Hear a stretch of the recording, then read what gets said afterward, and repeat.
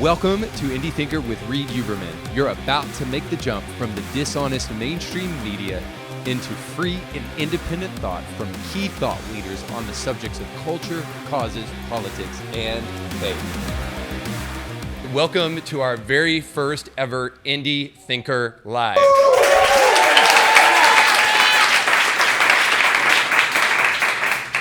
As you could hear, we have a live studio audience with us here today, so they will come into play a little bit later. They'll be able to ask some questions of our guest, and I'll introduce him here in just a moment, but they'll be able to ask some questions, any questions that they want to ask of our guest here today. And our guest is going to be speaking about the pro-life issue. We're going to be talking about lots of different things in that whole milieu. We'll be talking especially about kind of debate, and not just conversation, but also having debates about the issues of pro-life, and also too, what do you do in a debate or in a conversation with the person that you're speaking to, even though you've given them irrefutable evidence, is not willing to change their position. Something I'm really excited about talking to him about, because very often I think we can relate to that. When we have conversations, we give evidence, we give facts, it still doesn't move the person that we're speaking to. So what do we do about that? So I think it's going to be a fantastic conversation. I can't wait to hear their questions.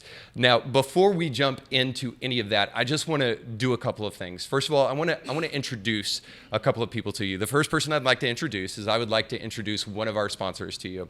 In fact, Kevin Blair is here with us in the audience tonight, and some members of the Kevin Blair team are as well. And so I want to introduce them to you because they've supported us pretty much almost from the beginning of what we've done here at Indie Thinker. And these guys are absolutely fantastic. I want you to support what Kevin does, but I also want you to support Kevin because I think we should band together and support people who support our values as much as we possibly can. So if you have any real estate mortgage needs, Element Funding is your one-stop shop for all of your real estate mortgage needs. Maybe there's some people already in here today because the housing market is absolutely nuts, and they've used Kevin. But I can just tell you this: not only does Kevin support the values that you stand for, but Kevin absolutely will give you phenomenal customer service. So if you're looking to buy a house, you want to build a house, or you're maybe just going into the real estate market in another capacity, Kevin will absolutely help you. So please check them out, elementfunding.com. Now, the next person I'd like to introduce is, because we have a studio audience here today, we also have some heroes in the crowd. So I want to make sure to mention, if you are a part of a pregnancy resource center, if you're staff, if you're a volunteer, or maybe you're supporting those guys, I just want to say thank you. Thank you for being heroes. Thank you for standing in the gap. Thank you for protecting life and saving lives. Thank you, thank you, thank you. You guys are heroes to me. I need to give a round of applause. 100%. All right, so also I want to just ask one last thing of you guys here today. Is we just started Indie Thinker about 3 to 4 months ago, so relatively new. But I firmly believe that not only conversation is the cure for so much of what's going on in our world today, but I believe information is power. And if you believe in being engaged in the culture, and if you believe in really making a difference, then I want to encourage you to do something. We need your help. Would you go on our YouTube page, youtube.com/Indie Thinker, or go on our Instagram @TheIndieThinker or Facebook, and would you make sure to like our page, and would you subscribe, and then would you even go one step further? If anything that we do has been a blessing to you, if it's helped you stay informed, would you share some of that content? Because if it has helped you, it can potentially help other people. So if we're going to make a difference, we got to do this together. So we really need your help to come alongside of Indie Thinker and to help us with that. It's really simple. It doesn't take much of your time. You guys are on social media anyway. I saw some of you before you came in today on your phones. So please do us that big favor. It'll mean a lot to us, and it will help our algorithms. We're kind of fighting that as it is. I'm sure many of you guys understand, I know Mark does, that if you have pro-life conservative content of any kind of stripe, really of Christian content, you're going to fight against censorship. So you guys can help us fight against that by doing a couple things: by commenting on our posts, by liking our posts and sharing our posts. It ups the algorithms and it makes more people see it when you do that. And then you can also even do one step further. This will take 2 minutes. I promise. You can rate our podcast either on Apple or you can go to our website, indiethinker.org. That would be a huge, huge blessing to us because you guys know internet trolls exist and they are more passionate sometimes than we are about rating stuff. So if you would do that for us, that would make a huge difference. And again, it does help that content get into the hands of other people. So I appreciate you guys being willing to do that for us. Thank you so much. All right, so without further ado, I want to introduce our guest today, Marc Newman. Marc Newman is a common interviewee. He is a banquet speaker. He has been on programs like Fox News and many others. He is also a pro-life apologist and a bio-ethicist. Some of you are thinking, what in the world are those things? We'll talk about that in just a minute. And he is also the author of this new book, Contenders, fantastic book. And it is all about how you can develop a strategy for engaging the world on the issue of pro-life. So Marc, thanks so much for being here. It's my pleasure. Thanks for having me. Well, Marc, I can't thank you enough for being here. I'm really excited to have you just because you are one of the most renowned speakers and just kind of minds in the pro-life space. So I really do believe that we need to have fact-based conversations about the issue. So we're going to jump into a little bit of that. Before I do that, I want to make mention of the fact that you just moved to Tennessee. Of course, we're out of Chattanooga, Tennessee, and so you just moved to God's country. Amen. What did you hate the most about California, and how much better is Tennessee than California? You got to remember, this is going to be seen by my friends who are still in California, so True. we have to be judicious here. Let's just say that when I saw the handwriting on the wall and that Governor Newsom was going to be elected, we began looking for the exits. Yeah. Enough said? You guys understand? Yes. We'd lived out here in Tennessee earlier, but then my father and my mother-in-law were having health issues, so we went back to California to do elder care for about 5 years, and after my father passed away, within a year, I think our house was sold and we were back here. And you're in Sevierville? I'm in Sevierville. Okay, great, yeah. So you moved to like one of the funnest parts, I guess, of it's intriguing to drive down the road to your house and feel like you're going through Disneyland every single day, yes. The most countrified version of Disneyland that yes. can be expected. It's lovely. Yeah, okay, cool. All right, so just so our audience knows, and maybe even some of these guys, what is a bioethicist? I feel like I'm on Jeopardy. Bioethicists are people who spend time trying to understand the philosophical underpinnings of bioethical issues, and these would be things like the pro-life issue, embryonic stem cell research, end-of-life issues, things like that. Okay. And so the people that I work with, people like John Enser from Passion Life Ministries, Scott Klusendorf from Life Training Institute, we find ourselves with great regularity standing up in front of people and arguing on behalf of life, something you would think you wouldn't have to do. And yet we live in a culture that is increasingly in favor of putting very designated groups of people to death. And we'll be talking a little bit more about that, I would assume, as the program continues. Absolutely. And pro-life apologist. So I feel like that one doesn't need any explanation either, like apologist, but I still think that there are people out there who think the word apologist means that you're saying sorry for stuff. A lot, yeah. So what I is do, a but pro-life that's apologist? called being a husband. True. An apologist is somebody who simply stands in defense of something, Okay. right? It comes from the Greek word apologia, and so we just stand in defense. So when you talk about people being a pro-life apologist, we are the people who make arguments on behalf of, in this case, today, on behalf of the unborn, but also I think increasingly it's going to be on behalf of people who are in the end stages of life. Awesome. Okay, now I thought a lot about how to ask this kind of next question because in chapter 1 of Contenders of your book, you talk about you say two words that have haunted me ever since I read them. You say the words vacant lot, and they've haunted me because I believe that in what you're saying there is something that is so relevant. It probably is the reason that Indie Thinker exists, but it's so relevant, especially to Christians, but maybe to everybody. And if I could synthesize what vacant lot means, I would say it essentially means recognizing an existential threat before it's too late or before it affects you even personally. The recognizing that before it affects you personally, you need to be able to speak about it. When I say that there is, and when I quote somebody else who said this, that there is a price to silence, essentially it's saying kind of the same thing. I think that this is something that we all struggle with, but I definitely know, spending the last 19 years of my life in full-time Christian ministry, that this is something that Christians struggle with really identifying things that are threats and then stepping to the plate and actually doing something about those threats. So I think we are willfully ignorant for probably a myriad of reasons, which means we choose to not know. But perhaps two are the most prominent reasons. I think we're willfully ignorant because you just practically cannot know everything, and you have to choose things not to know. So I think that's one, kind of frugal way that we choose to be ignorant.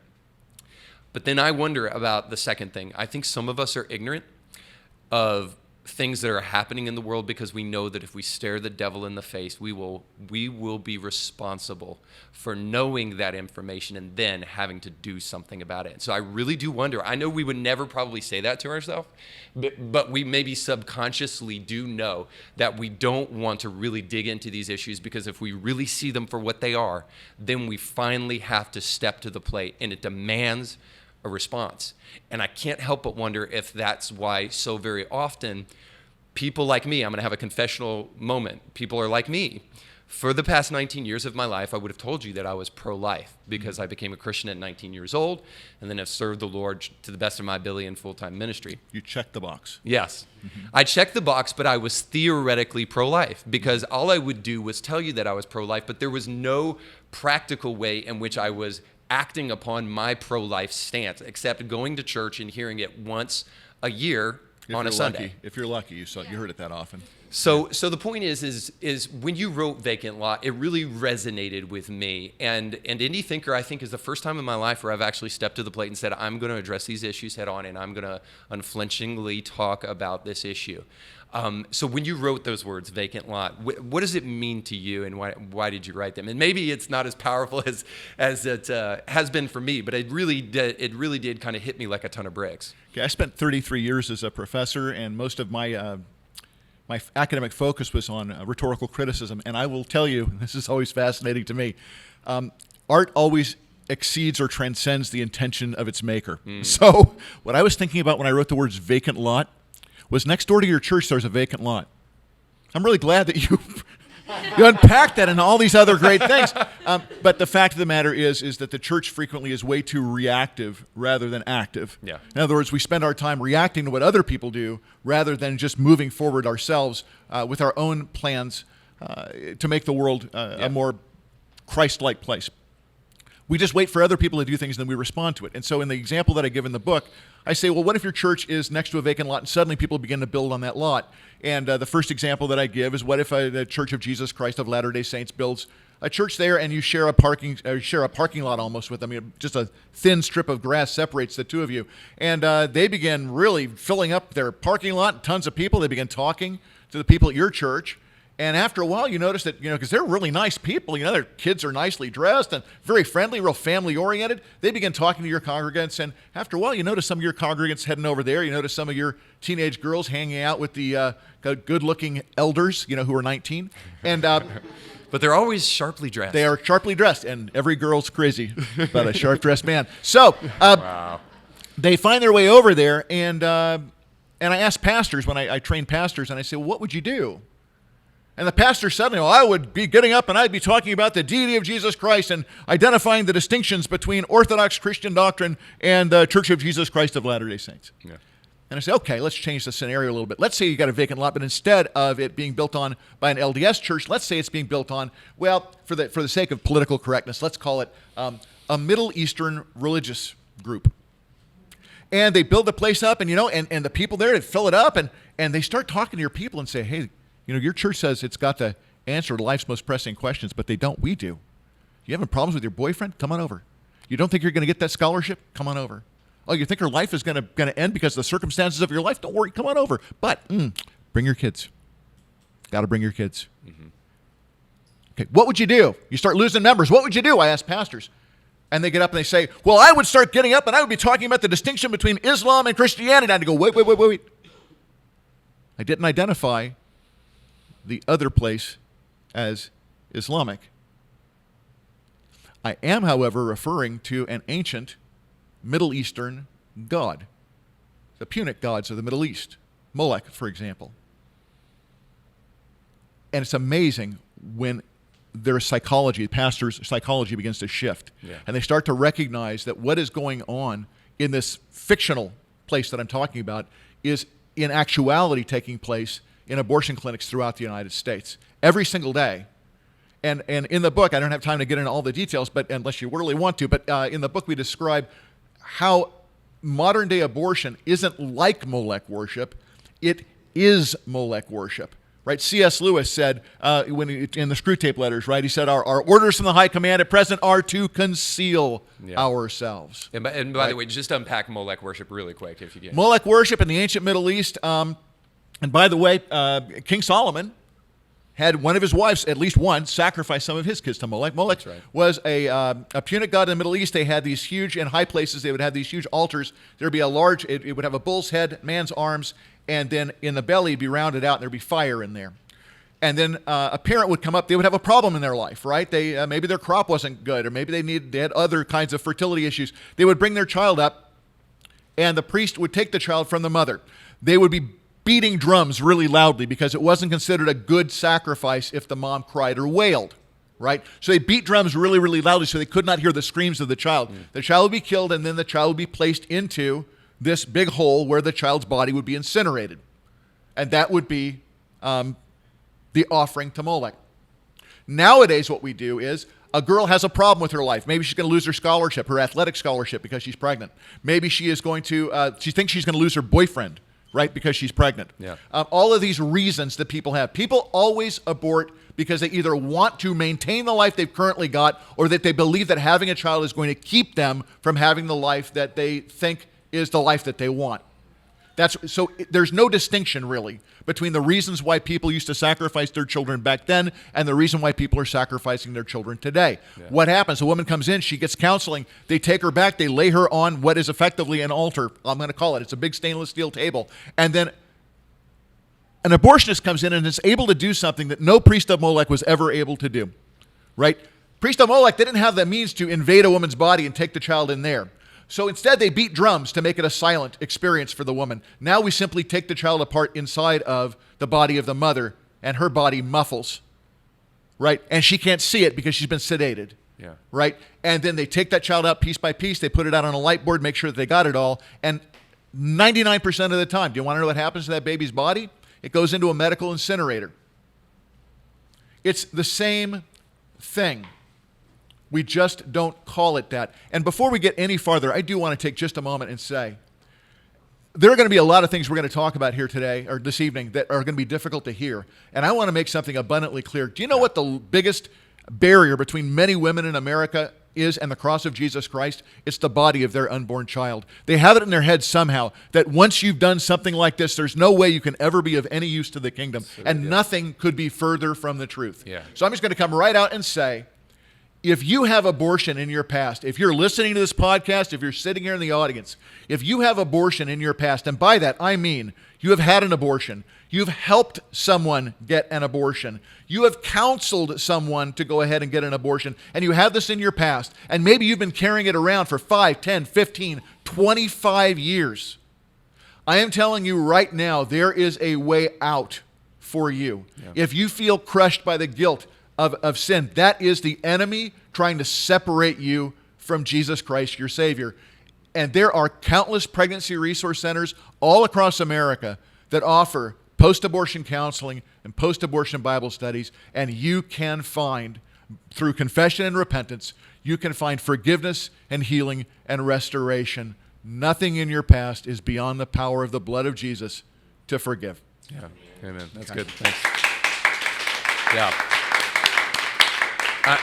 I'm glad you said that, because we are going to be very honest. And I mean, the way the Bible explains Jesus is that the glory of God was full of grace and truth. Mm-hmm. And so we want to strike that balance today in everything that we talk about, is that we want to be unapologetically truthful, but we also want to do it from a loving perspective, because I can't help but wonder if this is, again, I think about the subconscious a lot. I promise I don't have a degree to do so, but I like to think about it. But I can't help but wonder if subconsciously women have to double down on their affirmation, if you're pro-choice, their affirmation of being pro-choice, especially if they have that in their past, because they have to protect their psyche from the acknowledgement that they actually murdered a baby in their womb. And so they have to consistently double down on their pro-choice stance just to protect themselves from the guilt that inevitably follows with admitting what they've done when they've performed an abortion. Well, we got to start off, though, with the understanding that in the United States today,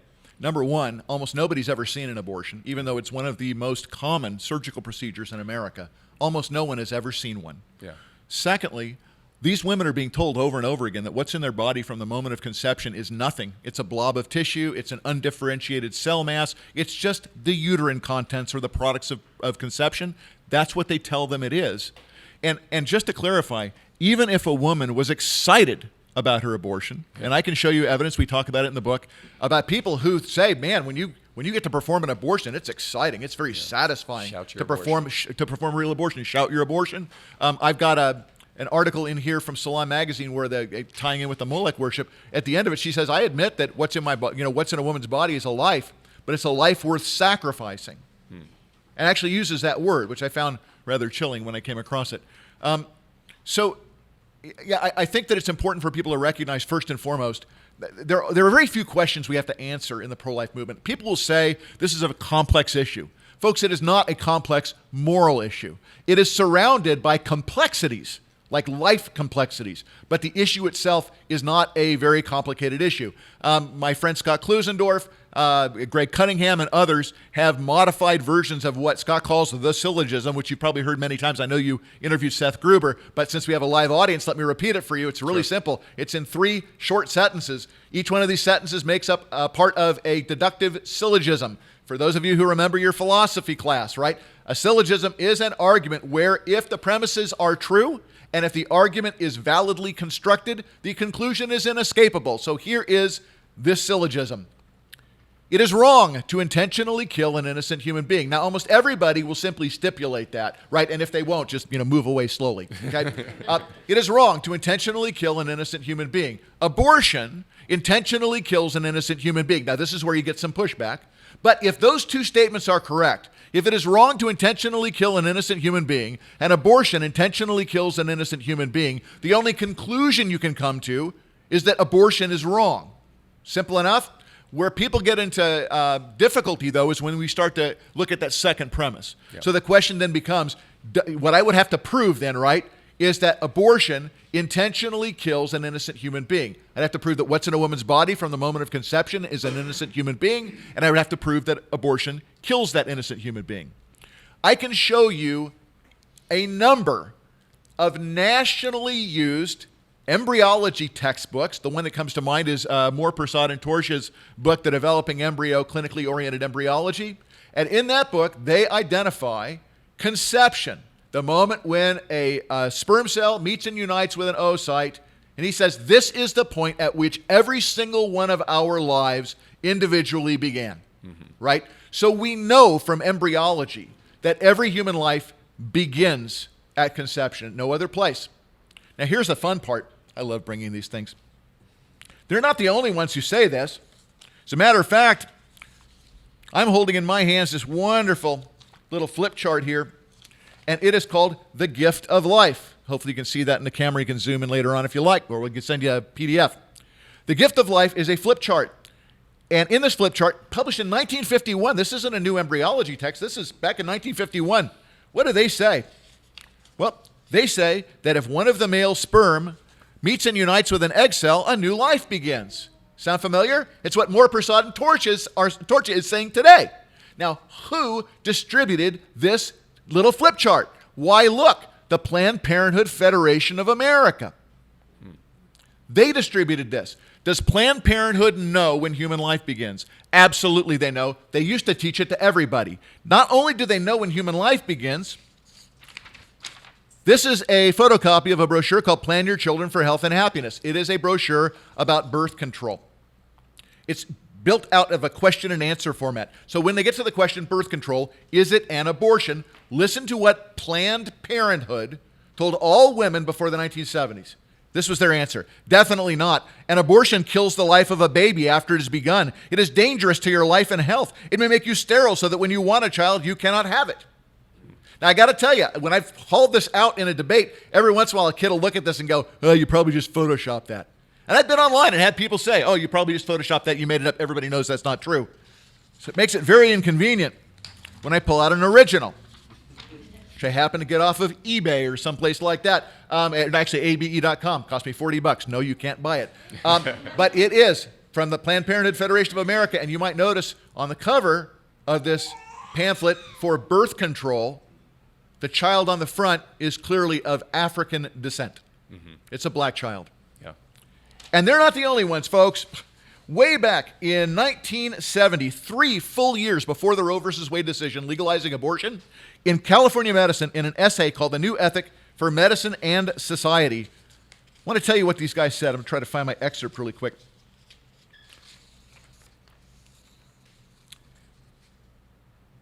These folks are telling us right away that what they want to do is they want to separate us from the Judeo-Christian idea that human life, that the value of human life begins at conception because each and every one of us is created in the image of God. And listen to what they say. Since the old ethic, that's the old ethic, has not been fully displaced, it has been necessary to separate the idea of abortion from the idea of killing, which continues to be socially abhorrent. Imagine that.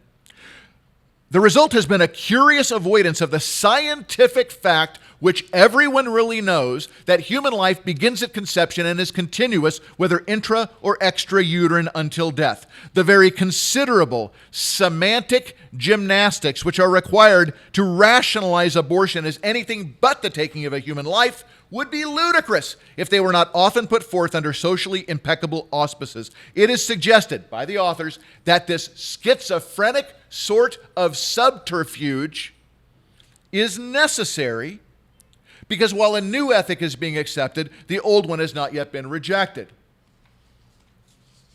These folks have a new ethic, a new idea for you, and it's the idea that you are a resource that needs to be managed by your betters. In order to accomplish it, they say that we must reject the old ethic. And in order to do it, we are going to, they say, consciously lie about it. And we have to because all of those women who in the 1970s were running around in big stretchy shirts, had an arrow pointing down when they were pregnant, right? And over the top of it, it said, right, products of conception down here. No?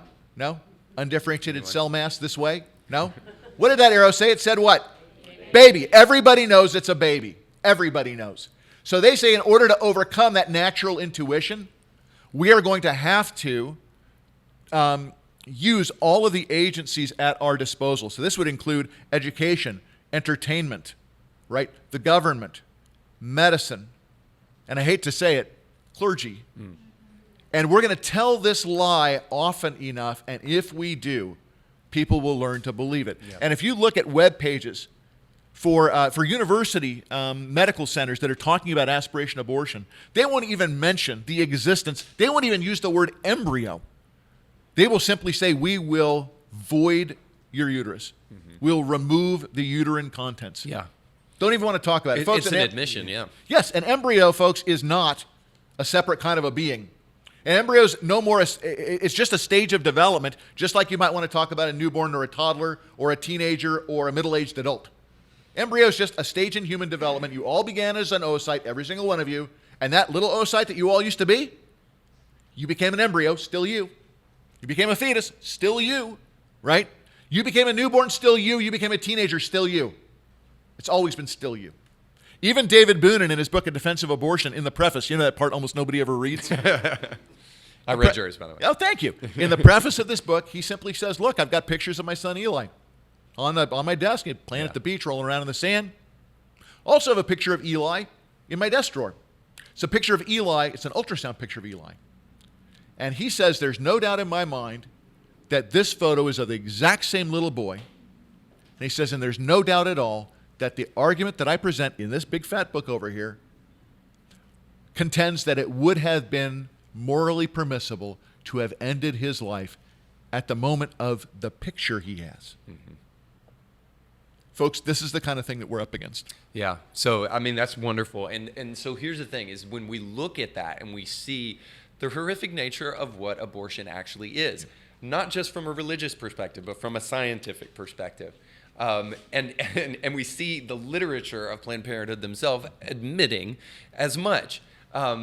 It's bothersome to me that we do not have the kind of robust conversation that we need to have, I don't think, about these issues. And let me just give you kind of a for instance. So I've heard a lot lately, just because of how polarizing our world is becoming, from the mouth of Christians.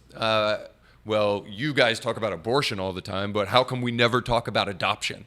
Or even other things like, even more asinine, I think, is this one, is Christians should care about all stages of life, not just the preborn. Why aren't we talking about immigration?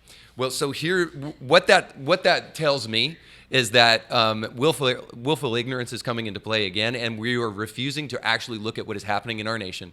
1 million babies are being murdered every single year. And as soon as something to that degree starts happening in our nation, you guys let me know. But as far as I can tell, that's the only thing to that degree that's happening in our nation that is such a horrific tragedy, and we have to respond. Yes. So the next thing I want to kind of talk to you about is okay, so what does that response look like? Now, I know it could look like a million different things, but I think the easiest barrier of entry here is that we need to get informed, we need to discuss, and then we need to even debate. So I would like for you to kind of talk to me about discussion, because I think the vast majority of people, when they hear debate, they're going to be like, well, we shouldn't argue. We're Christians. We're supposed to love everybody. It's like, read a Bible and look at what Jesus did from time to time. But nonetheless, I think most people feel more comfortable with the verbiage of discussion. But even still, Christians resist this. I want to really underscore this before you answer, because Christians resist discussion because they retreat to compassionate language for their cowardice. Very often, I may be painting with broad strokes here, but very often we do this because Christians are afraid of offending people. Christians are afraid of being the stereotype judgmental Christian who beats people over the head with the Bible, and they don't want to do that if they don't do anything. And therefore, when it comes to the issue of pro-life, very many Christians avoid the topic altogether because they don't want to bring guilt upon anybody or shame upon anybody if they have committed an abortion. And then they don't want to get into a political topic. I can't tell you how many times I've heard that we're not supposed to be political because we're Christians. So why is it important to push in to the resistance that sometimes even I have about speaking to people about this issue that we know is a sticky topic? And let's be honest, guys, we know this is a sticky topic. If we talk about this at work, if we talk about this with friends, especially people we know who are on the other side of this issue, we know how ugly conversations can get. Why is it important that we still have conversations, even though it can put tension, it can be divisive, and any number of other things that we might want to add to it? Why do we still need to have the conversation? Okay, well, there's a ton of stuff in what you just said that I would need to unpack, so if I miss anything, remind me where we are. Okay. Let's go ahead and start with the idea of debate. Folks, we need to debate. As a matter of fact, I would argue that at every high school in America, and certainly if you are a part of a Christian high school, every single kid in your Christian high school should learn how to debate. If you ever want to see a return to civil discourse here in the United States, you better make sure your kids know how to debate. What debate does is it teaches students to look at both sides of an issue. When you debate academically, we put out an issue, and you have to debate both sides of it. It's an amazing thing that happens when you start to understand why your opponents believe what they believe. And so I would highly recommend that you would see the reintroduction of that. What we're doing is we're backing away from that. As a matter of fact, in a lot of colleges now, you can actually get a degree without ever having a speech class, which all that says to me is we're all retreating into ourselves. We're all becoming solipsists, right? I am the arbiter of everything true, right? And then when we get into a discussion with somebody or a debate, we don't know how to engage in civil discourse. So I teach all of my students the same thing, and you'll find this here today. I do not attack people. I attack ideas. And when you attack ideas, you either better be able to defend your ideas, or if you want to live an intellectually consistent life, you give over your idea to the new idea until you gain more light and come up with something better, right? I hate it when I talk with people and they say, I know you're wrong, but I can't tell you why. Okay? At that point, I say, no, then you don't know that I'm wrong. Okay? So debate, I think, is very, very important. Why don't we do it? We don't like discomfort. Folks, if you don't like discomfort, you better find a different religion. If you're a Christian here in this room today, because if you want to make somebody uncomfortable, stand up in front of them and say, Jesus Christ is the only begotten Son of God, and without his death, burial, and resurrection, and our belief in him, no one has any hope of heaven. Yeah. And see what happens. Okay? The cross is an offense. Jesus said, everybody really liked me, and so when you talk about him, everybody's going to really like you too. Yeah. Is that what he said? Definitely won't crucify you. Yeah, no. He said they hated me, they're going to hate you. Now, you don't want them to hate you because you're a jerk. Yeah. Right? So don't be a jerk.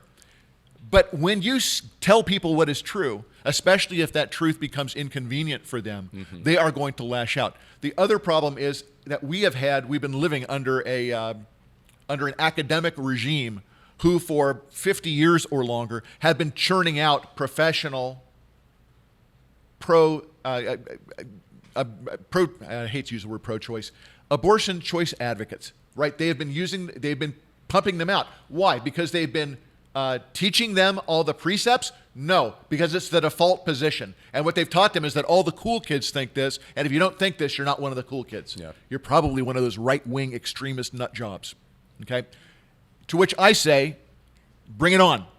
Let's take a look and see what your arguments are for defending that position. Always remember, they have to defend their position too. Yes. You're not the only one who has to defend a position. So it's important for us to lay some ground rules. And a lot of times when I talk to people, I simply say, look, if I can answer all of your questions about this, if I can provide you with compelling evidence from sources that you would accept, which I can do, by the way, without ever resorting to the scriptures. Yeah, I think that's important, by the way. I can come at you with whatever it is you're willing to accept. You want to talk about moral philosophy, we'll do that. You want to talk about science, by the way, the science is irrefutable, right? And that's not an opinion I hold. Yeah. This is an absolute medical fact. I remember I was at the Genocide Awareness Project at Cal State San Marcos years ago. Nathan Apodaca, if you're listening, shout out to you. He stood by the barricades with me. And a young man came in and engaged with this guy for quite a while. And when I was done, he looked at me and he said, I want to thank you. You know, he thought, I guess I was going to yell at him or beat him over the head with a Bible, and I never did. And he said, I want to thank you for sharing your perspective, your opinion. And he started to walk away, and I said, stop. Come back. I said, now, I want to make something really clear here. What I just shared with you was not my perspective. What I just shared with you was medical facts. Now, if you have alternative, competing medical facts from the one I shared with you, by all means, present them. And then we can argue about them. But do not walk away from here believing I have a perspective and you have a perspective. What I have is an informed position. Yeah. And what you have is an attitude. Right? You've got, I don't mean an attitude, a bad attitude, an attitude. You have an opinion, an uninformed opinion. And we should not equally weight. Social media has created this democratization of opinion, right? Everybody's got a platform, you get an opinion, right? Democratization of stupid too, but keep going. Well, yeah. Don't get me started. Professor for 33 years, you would not believe the stuff I've encountered. So I've read undergrad papers, I know. Yes. Now, by the way, just to be fair, also some really brilliant students. Sure. So a little bit of both. But we have this idea that everybody's opinion is equal. Yeah. And it's not. Informed opinion is always better than uninformed opinion. And one of the reasons why we debate is to be able to explore people's claims to find out whether or not they have appropriate backing and warrant and data for the claims that they're making. Mm-hmm. If they don't, then we should either get rid of those claims or table them until we have that. But in the meantime, we should move forward with what we know to be true. Yeah. Yeah, okay. And then just discussion, because I want to push a little bit deeper into tension, because I almost wonder, maybe this is just me and I'm a sympathetic person to being nauseous almost. But I think about, I don't want to cause anybody pain. I don't want to cause anybody tension. But the reality is you don't grow without tension. And we know this to be true of ourselves, that very often we don't reconsider what we think unless there's a tension moment in our life that causes us to say, perhaps maybe the direction I've been going, the things I've been thinking, the way that I've been conducting my life is creating this tension, and I cannot get past this tension without change. So tension is the thing that is necessary for change. So talk to us about pushing past that tension in just discussion, even beyond debate, discussion with family members, discussion with people that disagree with you, discussion with coworkers, discussion just generally speaking in the power that can have to impact people. Well, the first thing I would say is I don't think we want to allow the default position to remain. Yeah. Right? Because the default position leads people to abort their children. Yeah. Right? They don't know any better, right? They don't, because nobody has told them. And when I say nobody, I mean their schools haven't told them this. That's right. And I hate to say it, folks, our churches have not told them that. And a part of the reason why I think people are afraid of discussion is they feel ill-equipped. Now, the other side of this issue has spent a lot of time obfuscating this issue by surrounding it with a host of peripheral ideas, which I assume we'll get into a little bit later in our podcast.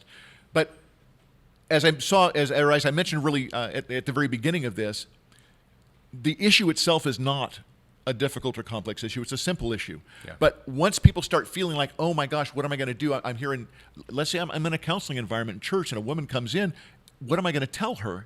Or do I even want to talk about this issue? Maybe she's going to come in and tell me how her 15-year-old daughter got pregnant and what should she do, and I don't feel equipped. And there are pastors out there that will tell her, we'll go pray about it. Yeah. Well, folks, I don't have to pray about that anymore than I got to pray about whether or not it'd be okay for me to knock over the bank because I could use some extra money, right? And I do have to throw this in here. Or a pastor say, we don't have that problem here. Oh. And then people are laughing because they know that ignorance is bliss sometimes. That's correct. So when we discuss with people, you're right. There's this natural compassion. We don't want to hurt people. And what I would advise you is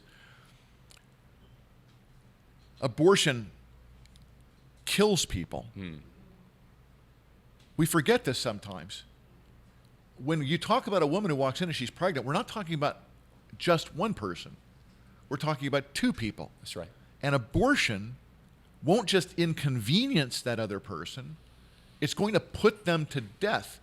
And then whether or not that woman ever feels any kind of remorse for that abortion or not, the fact remains this child is dead. Frequently, however, as we all know, right, we do have women who feel remorse. Now, there's some people, there are organizations out there like Planned Parenthood has the Shout Your Abortion. The whole idea is to try to normalize it, right, make it feel easier to do. By the way, if you've read Romans chapter 1, you'll note that it ends with that they not only do it, but they give hearty approval to others. Well, the reason why people give hearty approval to other people who do what they do is to normalize that and make it seem not quite so odd. Abortion is an unbelievably personal thing that happens to people, and it's interesting. I believe the enemy comes in and tells people, you're the only one. Mm-hmm. There's nobody else in your circle of friends who's ever done this, so shh, keep it to yourself, be quiet. And this is how people end up having these issues. So I want to encourage you, if you get an opportunity to talk to people, to discuss it. And you know, the fact that it is political gives us an incredible opening to talk about it and keep it not personal. Yeah. Right? Now, I'm going to tell you right now, abortion is not primarily a political issue. Abortion is primarily a spiritual issue, secondarily a moral issue, and only on the extreme ends of things, a political issue. It's been made to be a political issue. Right. But because it is a political issue and it comes up every 2 years when we have national elections, that's a perfect opportunity to talk about it. And if you will do even a modicum of the research necessary, if you read my book, if you read Scott Klusendorf's book, The Case for Life, you will be more than adequately prepared to talk about this issue with anybody, because what most people do when they have a discussion about this is they talk in bumper stickers. Yeah. Right? My body, Coexist. my choice. Right? What was that? Coexist. Yeah, coexist. My body, my choice. Right? You'll hear people say that. If you don't have a uterus, you don't have an opinion. Right? These are the kinds of bumper sticker statements that people make. At which point, the smart thing to do is to turn around and say, when they say, my body, my choice, say, well, when a woman's pregnant, how many bodies are there? Yeah. And they got to think about it. Well, it's inside the woman's body. Well, does location determine what something is? So if I walk from the parking garage in here to the studio, does it change who I am? Well, I've walked, orders of magnitude farther than a child traverses in a 7-inch birth canal. It doesn't magically transform them into something else. So simple arguments like that. My body, my choice. Well, once you're pregnant, according to every embryology textbook on the planet, You have a second body inside of your body, so it's no longer your body. And by the way, one of the ways I love to reveal this to people is some of you in the audience here today are old enough to remember this. Some of you are not. This is great, a studio audience. How many of you who have been through pregnancy had a tough time and had a little bit of morning sickness here and there? Okay. Now, Like everyone. everyone, yes. As my wife will tell you, it wasn't morning sickness. It was morning sickness, afternoon sickness, evening sickness. Yeah. Now, if I told you I had a magical drug that you could take every single morning, and if you did that, you wouldn't have any morning sickness. Would you have liked that? If you could have had that, wouldn't that have been great? Okay. Don't see a lot of heads nodding, but some people are shaking their heads because they know exactly the drug I'm talking about because it exists. It's just that no doctor will give it to you because it's called thalidomide. And what happened is women would take it, and then their children would be born with incredible birth defects. So see, doctors understood, well, what do we do? My body, my choice. I don't want to have morning sickness. But the doctor knows there's another body, and that's why you can't have that drug.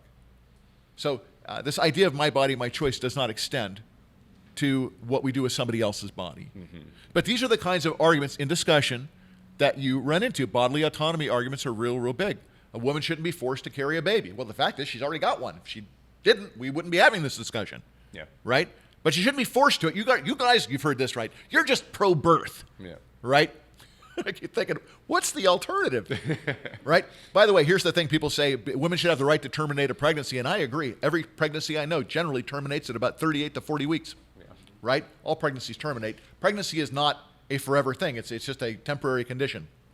But people will say, right, women shouldn't be forced to provide support to a child that's not theirs. And they'll use some version of Judith Jarvis Thompson's violinist, right? Some of you have heard the violinist approach. The idea is that there are a bunch of music lovers, and there's this violinist, and he's got this difficult disease that is going to require the filtering of a very specific person's kidneys. So they go out and they kidnap that person, and they hook him up to the violinist, and suddenly the violinist wakes up, and the guy says, look, it's too late. I've already got you hooked up to this guy. If we unhook him, he's going to die. Now, is that guy obligated to lie on that table and provide support to that guy, or should he be allowed to unhook himself and get on with his life? Well, there are a lot of problems with this scenario, right? So let me give you just a couple of them. And by the way, there are more sophisticated examples of this particular scenario, but this is the one most people are going to give you.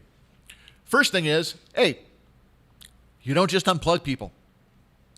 Now, imagine the same scenario, but in order to get free of the violinist, you had to come in with a chainsaw and carve him into pieces. It changes the scenario, doesn't it? It doesn't look quite so clinical and antiseptic. Secondly, the violinist is a stranger. The child in your body is your child. And in the vast majority of circumstances, you've engaged in behavior voluntarily that brought that child into being. The child's not a stranger to you. It's literally a part of you, and parents have obligations toward their children. If you don't think so, talk to some woman who's dealing with a deadbeat dad, right? People have obligations toward their children. And these are just a couple of the arguments that you can make. But so people throw these things out in discussion as what they think of as conversation stoppers, right? They don't think you're going to have an answer. And what I'm telling you is have an answer. Yeah. But the bottom line, it always comes down to this, which is if it's never okay to intentionally kill an innocent human being, and abortion intentionally kills an innocent human being, it's just wrong. And that should be simple enough. Yeah. Easy to prove. So let's do rapid fire because we're getting down to our time here. And rapid fire because I think sometimes in discussion, brevity is important. I'm a speech professor, man. This is an occupational hazard. Well, I think too, we need to be able to show people that we can effectively answer their questions when they have those questions. All right, so obviously it may take a minute or two to answer these, so it doesn't have to be entirely rapid fire. I feel like I'm in a presidential debate. Rapid fire in terms of, let's just start with Planned Parenthood because I know that's near and dear to some of the people's hearts that are here because Planned Parenthood is attempting to move back into Chattanooga or to move into Chattanooga and start a clinic here. I actually don't know where we're at in terms of the timeline for that, but I know that there's a lot of people here that are in the know about what's going on, and without anything stopping them, there's going to be a Planned Parenthood here in Chattanooga in the next couple of months. And already is. They've already started hiring people and all that kind of stuff. So Planned Parenthood, they're just there to try to help people plan their families, and abortion is only 3% of what they do. Why did I know this was coming? I just have to read this response. In the latest PDF on their site, to pregnant women, this is what they offered pregnant women. They offered prenatal services to 8,626. Keep in mind that they count services as every interaction. So that would equal a service. So that they could have given prenatal vitamins once a month over 6 months to 1,428 women, and that would count as 8,626 services, all right, instances of prenatal care.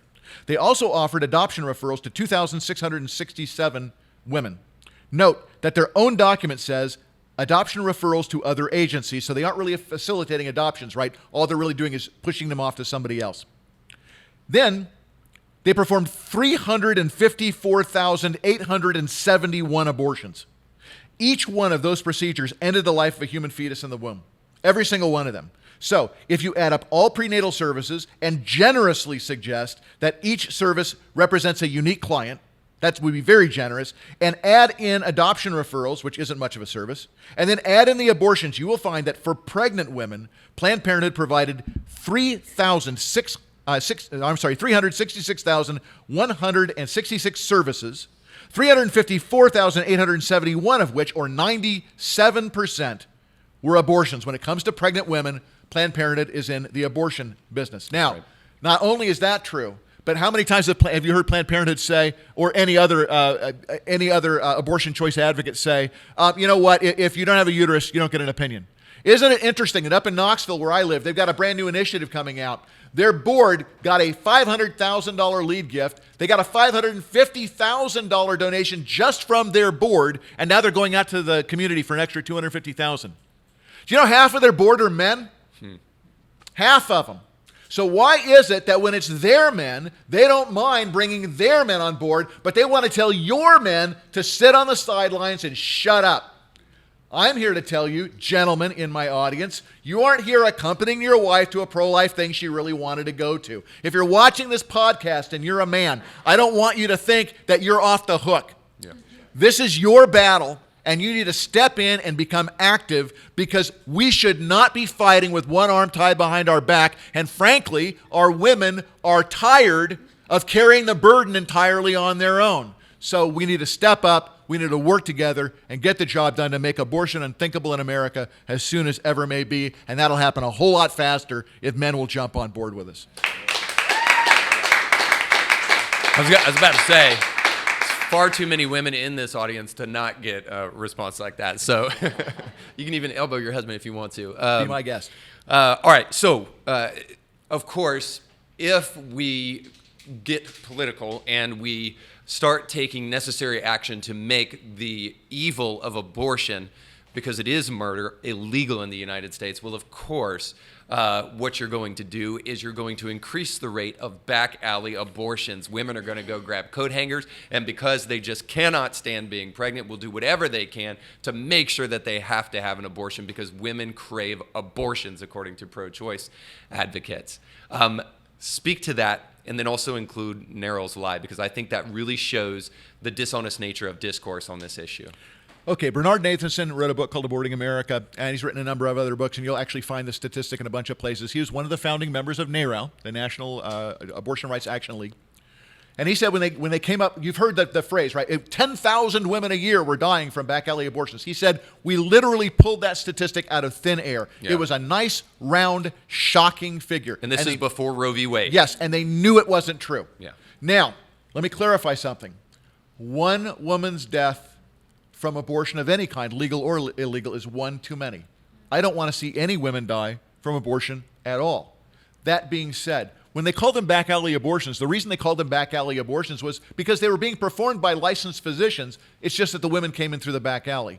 It is such an incredibly insulting idea to women to believe that they would, and this is the imagery, right, that they would go up in an attic somewhere and meet with some old crone with a rusty coat hanger. The fact that they use a coat hanger as their symbol is the most insulting thing I can imagine, that women do not have the mental capacity, right, to get past the lie. And yet they have been very successful using this rhetorical device. We need to let them know it's just simply not true. Nowhere near that many women ever died from abortion. And by the way, early, when those numbers might have been a little bit higher, One of the reasons why women died from illegal abortions was because there weren't any antibiotics.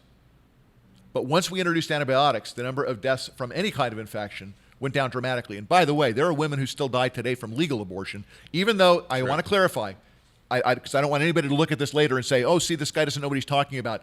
Abortion is a very safe procedure for the woman having it. It is virtually 100% lethal. There are some people who survive an abortion attempt, but it's virtually 100% lethal for every child on which it's performed. Violently lethal. All right, and I think, quite frankly, well, before I get there, we got to do this one because this is super important.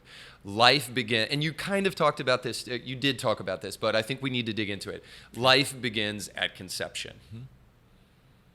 Yeah, you're correct. I think we're done. Yeah, life begins at conception. Every embryologist on the planet knows that life begins at conception. Planned Parenthood knows, or at least they used to know, that life begins at conception. I've got a booklet. You can come to my webpage and you can actually get photocopies off that booklet. You can have them and just pull them out and say, this is what Planned Parenthood taught in 1951. And here's my response. Show me what has changed in medical knowledge, ultrasonography. Yeah. What has changed to make us believe that this is no longer true? And I can only come down to this. Planned Parenthood changed its mind on this because of money and political power. That's why they made it, because it certainly was not based in science. Sure. Isn't it funny? They always go, follow the science, except here, right? Let's put the blinders on and not see the science there. The science is abundantly clear. There is no doubt. Matter of fact, if you ever engage in this debate with a real abortion choice advocate, by the way, can we challenge Reed to stop using the term pro-choice? I know why you have to do it, but nevertheless, we don't want to buy into the toolbox of our opponents. So they're abortion choice advocates. That's what they do. They advocate for the choice of abortion. I didn't call them pro-aborts, right? I'm being fair. I always want them to call me a fetal rights advocate, but I can't get them to do it. But you know what? I'll take anti-abortion because there are some things it's good to be anti, right? I'm anti-slavery. I'm anti-child trafficking. I'm anti-rape. There's a lot of good things to be anti, right? So it's not even up for debate. Even our opponents will come right out and say, human life begins at conception. What they will say, though, is, they don't want to talk about that. So the second part of the issue that they deal with is, okay, they're human beings, but they're not persons. Yeah. Okay? The problem is, and I don't know if we got time to, and I know that Seth handled the whole Sled argument, but Sled argument is the argument that all of the disagreements that we have about when personhood begins falls into four categories: size, level of development, environment, and degree of dependency. How big you are, how developed you are, is you have the right number of attributes to be deemed a human person. Right. Your environment, where you're located, and your degree of dependency. They argue that you have to be independent of somebody else in order to be a person. All of these fail because, right, size is we don't determine who has more or less human life or value based on their size. If that was true, most of the men in this room would have more value than most of the women in this room. Right? And that's simply not true. Secondly, the idea that level of development matters. We aren't all equally developed. If you are a young man in the room today and you're under the age of 25, your two hemispheres of your brain haven't even zipped together yet, okay? Which might explain some certain behaviors that people have. If you're an 8-year-old girl, your reproductive organ systems are not fully developed yet. That doesn't make you less of a human being. As a matter of fact, I find it intriguing. It is the people, right, who are less developed that historically, in Western culture, we have afforded greater protections, right, because they aren't strong enough, for example, to defend themselves. Right. Environment, we already dealt with that, right? Distance, where you're located, doesn't determine what you are. And then degree of dependency, same thing. Folks, in every other area of life, it's the people who are the weakest and most dependent that the law comes alongside and actually helps, unless you're in the womb. Right? We have Americans with Disabilities Act. That's right. People who are incredibly dependent. My mother-in-law lived with us for the last 2 years of her life, literally could not do anything. She was in a bed. She needed help, nothing. She needed someone to do the toileting for her, feed her, hydrate her, everything, turn her, everything she needed to be done for 2 years. She had Alzheimer's. My sister-in-law wrote a great book about it called Bringing Mom Home. She never ceased to be Jenny. Even in her delusional talk, she never ceased to be Jenny. She was still that human being. She still had incredible value and worth because she is created in the image of God. Yeah. We still sang to her, spoke to her, She could still remember certain aspects of long ago parts of her life, and we would talk about those things. She would have rather intriguing hallucinations, which were sometimes humorous. You got to find some humor in some of these things. She saw babies all over the room, which I thought was fascinating. So you'd come to sit down in the chair, and she'd go, "Don't sit on the baby." And I'd go, "Oh, oops." We good. So we don't determine people's value on the basis of those things. Christopher Kaiser, in his book, The Ethics of Abortion, says that every single time in human history, we have created a dividing line to identify a group of human persons and a group of human non-persons. We have created a moral catastrophe. Yeah. So you look at slavery in the U.S. South. You look at what happened to the Jews during the Third Reich. What did they do? They said, okay, they're human beings, but they're not persons. And every single time, you know what we did with them? We dehumanized them, then we abused them, and then we felt free to kill them. Why in the world do we think suddenly we got it right this time? Right? 100% of the time, we've gotten it wrong. Why would we think we have it right now? Yeah. And the bottom line is this. The reason why people abort children is the same reason why people held slaves, the same reason why people eliminated Jews. I'm going to say something really controversial here. It's because the reason we abort people is because they're either getting in the way of something that we want, or they're a resource that has value for us, where they're more valuable dead than they were alive. And that would get us into a huge discussion of embryonic stem cell research we don't have time for today. But in other words, people see value in them being dead. So nothing's changed. Yeah. It's the exact same philosophical and ethical underpinnings that has always been in place whenever one group of human beings have determined, right, powerful groups of human beings, have determined that powerless human beings need to serve their purposes and not have value independently on their own. Yeah, absolutely. I have too much faith in the left's ability to propagandize that I don't think this will happen, but hypothetically it should, that we will look back hopefully in the future and say abortion was one of the grossest travesties. How in the world did we ever let that happen? It will absolutely happen. If the Lord tarries, I guarantee you it will happen. We will look back on this era of human history and we will be appalled at the pile of bodies that we have let mount under our watch. Yeah. And not come to the defense of the weak and defenseless. Okay, last question. All right, because I know, and I wanted to ask about the conception question and bring that kind of back to the fore so that we can ask this question, because even people who would agree that's a life in your womb might say this. Okay, if that's a life in your womb, but it was implanted there by a rapist, then that woman has no obligation to keep that rapist's baby. So obviously we can understand the compassion that goes into a question like that. Somebody just was raped and against their will, and one of the worst things hopefully that will ever happen to them in their life, and unfortunately did. Well, a couple of responses. The first thing was, whenever anybody talks with you about a rape, the first thing that comes out of your mouth should never be an argument. The first thing that should come out of your mouth should always be compassion.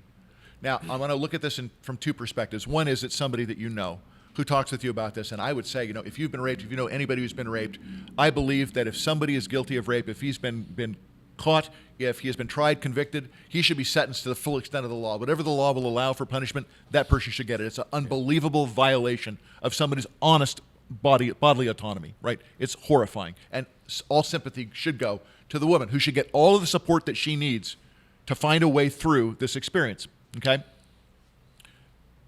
Now I'm going to tell you the flip side of that. In a debate, in a public arena, somebody will get up and ask that question. Yeah. They almost are never asking it from the position of what do you do about rape. What they're trying to do is to get you to say that you are not in favor of abortion as a result of rape, and that will paint you as an unsympathetic person who hates women. Or you will say, no, I would not do anything about that. I would let the woman have an abortion, in which case you're inconsistent. For those of you who are Star Trek nerds, this is the Kobayashi Maru syndrome here, right? It's a non-winnable response. So what you have to do is you have to get to the underlying rationale for the question in the first place. So the first thing that I will do is, I'll act with compassion, and then I'll ask, if I can provide you with an appropriate philosophical and legal response to this issue, would you abandon your opposition to abortion and join me in trying to make it unthinkable and illegal? And I'm going to tell you right now, 9 times out of 10, they'll tell you no.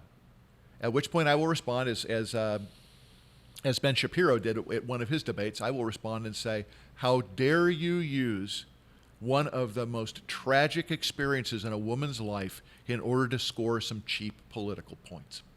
Shame on you. Now, let's turn to the actual issue.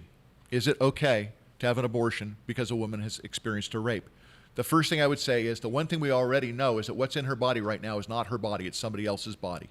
So I say, okay, a rape has occurred. There are now 3 people involved. A woman, right? A child, right? And the rapist. So now we're going to go ahead and we're going to assign guilt. Okay? So, the woman, innocent or guilty? Innocent. Innocent. The rapist, innocent or guilty? Guilty. Okay. The unborn child, innocent or guilty? Innocent. Innocent. Now, why is it almost nowhere in the United States, I don't think anywhere in the United States still has capital punishment for rape? Why is the innocent the only one that's going to get capital punishment? The one person who absolutely doesn't deserve it. Now, there are options available to women who have become impregnated as a result of rape. By the way, I've known of many people who have been the products of a rape experience. Now, they're never going to say to you, yes, I'm the child of a rapist. That's not how they identify themselves. But they're very glad for the life that they have. And I've known women who've given birth after a rape. And I've never met a single one who's told me that they've regretted it. Now, sometimes, in fact, more frequently than you might imagine, the woman still chooses to parent that child. You want to know why? Because half of that child's DNA is hers. It's her baby. And there's also the option of placing that child for adoption, right? That's also a possibility. So when we talk about rape, and then people will say, well, she's been forced or she's been coerced. I run out some scenarios. One of them is so much for your 1-minute response. One of the scenarios is imagine that a man is in a bar and he meets with a woman in a bar, and without him knowing it, she slips a roofie or something like that in his drink, and then she and an accomplice haul him up to a room, and then she wanted to have a baby, so she forcibly has sex with him. He wakes up, he's tied down to the bed, and she manages to complete an act with him, and then she takes off. Fortunately, some security cameras got a picture of her, and about 4 months later, they track her down, and sure enough, she's pregnant. Does he have the right to force her to abort that child? No. I guarantee if you ask around, people will tell you no. And that lets you know that force is not the ultimate issue. Right. Right? So it's something else. It could be power, but it's not force. So these are some of the kind of scenarios that we need to deal with. So the bottom line is this: compassion for victims of rape and incest. That being said, if we're going to be compassionate toward the woman who's experienced rape or incest, we must especially be compassionate toward the child who literally can do nothing to defend themselves. They don't get a choice at all. Yeah. So we have to provide, and in that process, we should provide the woman who's been a victim of rape or incest with all of the support she could possibly need. We should provide it so that we can safeguard the life of that child and help her to walk her way through recovery. Finally, you know what? Abortion never unrapes a woman. Ever. When people have this idea, if I just abort the child, I'm not going to be able to, I won't be burdened by having to see this baby that looks like my rapist. And a scenario that I've put out before is, what if a woman is married to a guy and she's happily married to him for 5 years, she's got a couple of kids, both the spitting image of their dad, and then 6 years in, she finds out that her husband gets hauled in by the police, and she discovers that for the last 5 years, this guy has been a serial, violent rapist. He was just great at home. She gets on the stage, she goes to the trial, woman after woman after woman gets up, identifies him absolutely as the guy, and describes in lurid detail their violent rapes. And he's convicted and thrown away for the next 40 years. She comes home. She looks at those kids, spitting image of her dad. She have the right to put those kids to death? Now, people look at you and go, what are you, a monster? Yeah. Not at all. Not at all. But if you can't kill them now, why could you kill them then? If we've already demonstrated the moral equivalency of the child in the womb and the child outside of the womb, Why can we kill them then now, but not now? And it's just a morally inconsistent position. I think what we really have to do is challenge the people that we talk to be morally consistent. And we have a tremendous capacity to hold within our minds contradictory ideas. Yeah. And it takes discussion, and it takes debate. By the way, it also takes the clarity of preaching from a godly pulpit amongst church folk to help people find their way through all of these contradictions that they hold in tension because nobody ever brings them up. And so as long as people can live comfortably with the contradiction, they will. So our job in discussion, our job in debate, our job from the pulpit is to introduce a certain amount of tension to free people up, to shepherd them to a better decision. Yeah.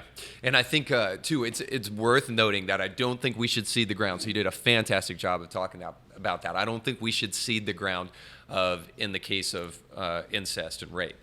But also, too, for the sake of honesty, we should, hold people's feet to the fire and push back a little bit and just say, I don't remember, but I've heard it millions of different times, maybe heard originally from Ben Shapiro too, just the idea that okay, if I say just for rape and incest, then are you willing to say no other abortions, period? Yeah. And then most people, are not going to say okay, because the reality is the vast majority of abortions that happen in the United States and other places in the world, I would assume, are not because of rape and incest. No, they're elective. Yeah, absolutely. Okay, so the very last thing, because I promised we would get to this, and I think this is so important because this happens in a myriad of different conversations. I see it all the time because I believe in the power of conversation. And it can be frustrating to have conversations with people because they don't want to retreat from their corner. They don't really want to be honest. I mean, atheists still exist, for crying out loud, and there's lots of evidence for God's existence. When you have given irrefutable evidence to the person, and you even write this in your book, that you've had these kind of conversations where they have no more arguments, you've answered every one of their arguments, given them irrefutable evidence to reconsider their position, and they still don't reconsider their position. Why should we engage in conversation when this happens so often that people just want to retreat to their ideological corner and they don't actually want to have an honest dialogue? Okay, a lot depends on the context. So, for example, let's say you're on social media and you're having this conversation. You have to be aware that there are a lot of people who are lurkers who are just watching the conversation unfold. And if you can provide evidence, if you can maintain a winsome witness toward that person, not get involved in name calling. By the way, they will call you every name in the book. Yeah. Okay, that's okay. Don't engage at that level. That's just ad hominem stuff. I let that go. Let's just address the issues. You are no longer engaging to try to win that person. You are engaging to win the people you can't even see. When I talk about debate, I remember I had a pastor when I was at UC Irvine. I was a professor there, and I ran the speech and debate program, and we had a debate. Carol Sobel was there from the ACLU debating a local pastor who I think she thought she was going to beat. And he got up and he basically asked her in cross-examination, if I can prove to you that human life begins at conception, therefore should be protected in law, if I can prove it to you, would you change your mind? And she said, no, because the life of the women rates higher than the life of that unborn child. And by the way, this is a very common deal. They conflate a term. Be careful when people use the word life. Because what they mean, for example, the article that I cited earlier from the woman who said it was a life worth sacrificing, what they do is they conflate the term life. They engage in what's called the fallacy of equivocation. They have two words. They have a word, but it means two different things, but they treat it the same way in the sentence. So the woman says, it's going to hurt my life. When what she means is my lifestyle, what I'm going to be able to do with my life. And then they talk about the life of the child, which means the actual physical life of that child. That child's going to die. The woman's not going to die if she has the baby. It's just maybe some of her priorities may change. Okay? But people will make claims like this. We have to make certain that when we talk about this issue, we're abundantly clear with folks so that we don't let them get away. But even after that, even if you have people like this who say, I agree it's a life worth sacrificing.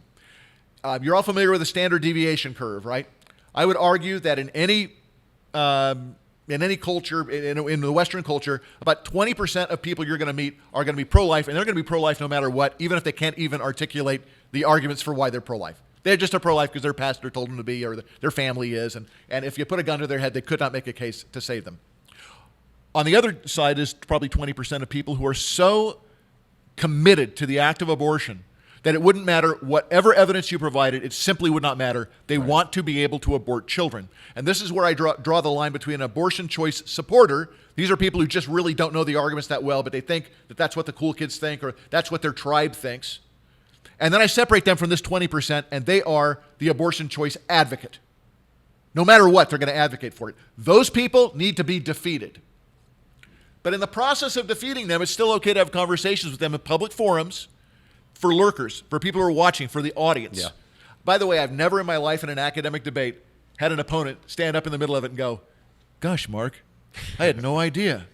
Why, I don't know why I didn't think of that. You're right. I'll concede right." Never, ever, ever. Not one time had it happen. But I have talked with people who have been in this camp that you're discussing, who over time slowly changed their mind. And the next thing you know, you don't even know what it was that did it. But the next thing you know, they're talking like a pro-lifer. And what's really fun is when they're giving you your arguments back to you as if they're yours. And that's a moment when even as a college professor, I don't mind a little plagiarism. That's awesome. Yeah, and I do have to be a little tongue-in-cheek and just say, I'm glad you said that, especially that last part, because I think even if there are no lurkers, the person you're speaking with, even if they resist what you have to say, if you've had a conversation with your wife or your husband, you understand this, that you may absolutely go at each other and you may not agree, but at the end of the day, a conscientious person may go back to the room and start thinking about the things that were just said and may consider, even though they didn't seem to consider. So even if it doesn't seem like that person is being won over by arguments or even listening to what you have to say, there is merit in the conversation, and it needs to be had because babies need to be protected. Even in the heat of discussion, most people will not concede. By the way, you talked about husbands and wives.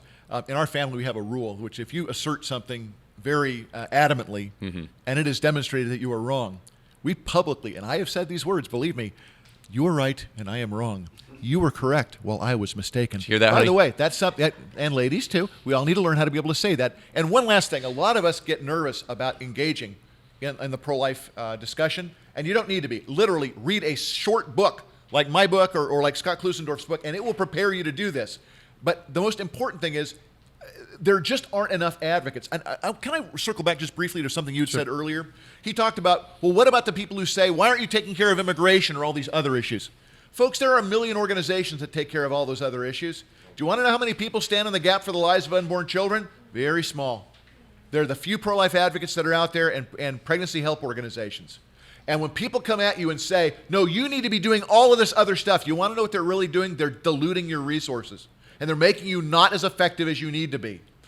Pregnancy help organizations, I know that a lot of them give out diapers. I would rather see social services organizations or churches hand out diapers so that we can focus on the one thing we're best at, meeting with abortion-minded, abortion-vulnerable women and helping them to choose life for their unborn child. That's what we should be focusing on. So I don't allow for anything that's going to dilute the key element of our strategic goals. We've got to stay focused on abortion as the issue. And you know what? When we stop killing innocent human beings, then we can start looking at other issues. And believe me, there's already plenty of other people looking at those issues. Absolutely. Fantastic. Well, thank you so much. All right.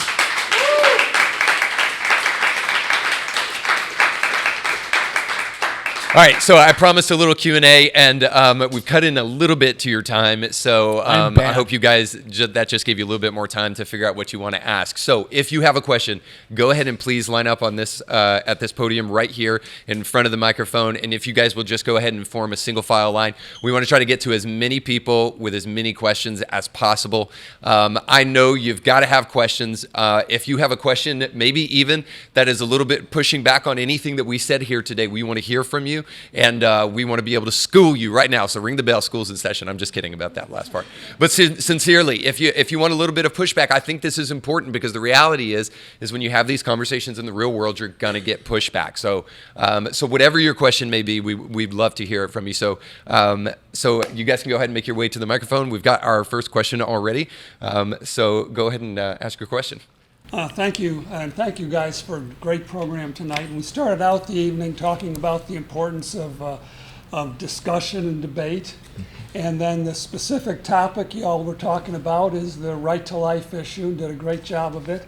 And Mark, I think you did an excellent job in your point that abortion is just like the human sacrifice of the ancient churches. And I would go a step further. I don't hesitate to look at Planned Parenthood as being a collection of churches, and I would call them that, or the ACLU as being a collection of churches, or NARAL as being a collection of churches. So it's basically our beliefs versus their beliefs. And in fact, I would say that the only difference between my church and the Planned Parenthood churches are our beliefs. But as important as the right to life issue is, and there's a lot of issues, and I would rank it number one, but I think there's something even more important about tonight, and that is the importance of having the debate in the first place, having the conversation in the first place. The biggest difference between the pro-life churches and the Planned Parenthood and ACLU is that we want to have the discussion, we want to have the debate. They don't want to have discussion, they don't want to have debate. In fact, they want to go a step further and stifle or cancel all debate. So I'd like your comments on that. To begin with, you're correct. Frequently, Planned Parenthood won't even show up if they know they're going to face opposition. They just won't do it, which, by the way, is a great reason why you should go ahead and slate those debates on area high school and college campuses. Good point. Because they won't show up, and that gives your pro-life speaker double the time if you've got the person who's putting it on, if they are if they're a moral person. Because if I've agreed to show up and my opponent chooses at the last minute to bow out, I shouldn't be punished for that. You should still let me go, and I'll be happy to talk with all of the students and do back and forth with them, even the ones who don't share my perspective. You know, we can have a debate without having the other side there if they don't want to show up. Now, for the longest time, we would be able to get, because I put on a number of abortion debates in my career. We've had people from women's studies programs come up and debate. We've had people from the ACLU come up and debate. So you can sometimes find debaters, but you're right, they don't. And as a matter of fact, if you look in some of their web pages, this, by the way, is a very common trope among the left, which is to simply say, it's not debatable. Well, I got news for you. Everything's debatable. I know this because I was a debate coach for 20 years. Everything is debatable. The question is, can you defend your position? And I'd be happy to have a chat with anybody who wants to have that discussion with me. And I know a lot of other debaters who'd be more than happy to come out as well. So we want to get debates on college and high school campuses. My friend Scott Klusendorf works with an organization called Summit. If you want to send your kids to a place where they'll get good worldview training, that's a great place to go. But we're more than happy to come out onto campuses and engage in debates with anybody who's willing to debate us. But they don't want to debate because you got to remember, they own the high ground right now. They only have something to lose, right? I got invited, this is many years ago, I got invited to debate at California State University, San Marcos, and I wish I would have saved this tape. I swear I wish I would have saved this. I didn't. And anyway, somebody contacted me and asked me, I was teaching at the time at Palomar College, which is a community college, and I think they thought they were going to get that community college professor out to the big, bad Cal State University campus, and then they were going to make mincemeat of me, and somehow they became aware of the fact that I had coached at UC Irvine for 4 years, that I was training pro-life public speakers all across the United States, that I'd been a professor for many, many years, and I suddenly got a beep on my phone saying that they had disinvited me. And they said that they decided that they did not want to provide a platform for the anti-choice voice on their campus. Now, the fun little side note is then many years later, I end up at the Genocide Awareness Project on their campus, and now I get to directly engage with their students, who, by the way, had been peppered with all kinds of questions to ask us, I could tell by professors who had never, ever studied it. The one thing I will tell you is this. Everybody that I know who's a pro-life apologist, they've read these books. They've read A Defense of Abortion by David Boonin. They've read Robin Marty's book, A Handbook for a Post-Roe America. By the way, if you don't think our opponents have tried to figure out how they're going to respond when Roe versus Wade is overturned, you got to have a look at this book. It's very detailed. And then a terrible book by Katha Pollitt, which is hardly worth mentioning, except for a lot of people, I guess, really liked it. But the argument in it is just, it's beneath contempt from anybody who understands how to make an argument. But we have opponents, and they write books, but they never read our books. With the exception, I got props to David Boonin. David Boonin actually read Christopher Kaiser's book, The Ethics of Abortion, which, by the way, is a point-by-point refutation of his work. and was honest enough to provide a blurb on the back of it saying that what he had written was an important work and that anyone interested in this issue should study it. So props to David Boone, and he's a real philosopher, and he did the right thing. But a lot of other people, we know when you step up in front of a microphone, your opponent has never read anything on your side of the issue. They've just been propagandized for years. Yeah. Go ahead. Absolutely. Thank you so much for your talk and for your work. This has been great. Want to know how you address the effect of oral contraception and intrauterine devices and its impact on babies. Okay. My first short answer is generally I don't.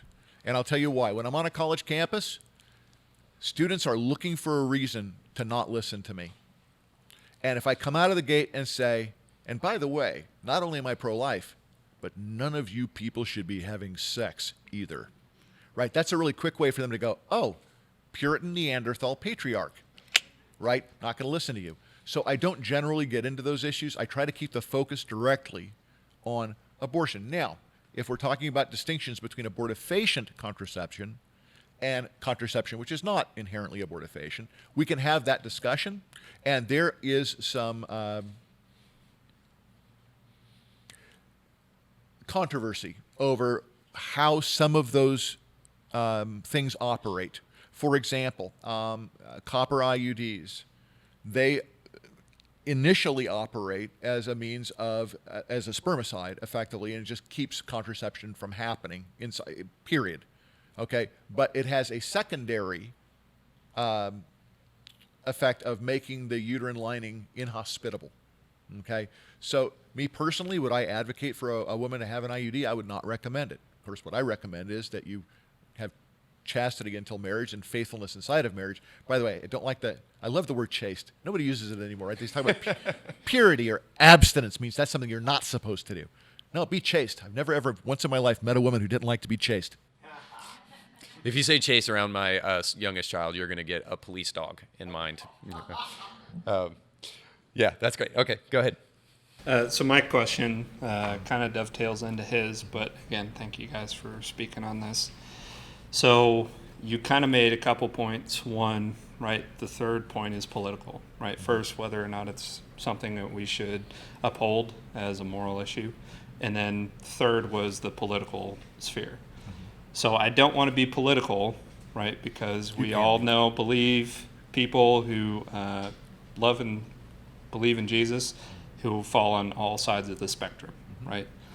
The other thing that you kind of talked about was that standard deviation, right? You kind of mentioned, hey, the 20% that are pro-abortion advocates, we're never going to convert them, right? But the other 60% that are in the middle kind of waver back and forth. And so for me, I especially in the last couple of years have felt this angst about how do I reconcile the fact that I'm a pro-lifer, and so I vote for people who say abortion is wrong, we need to eradicate it.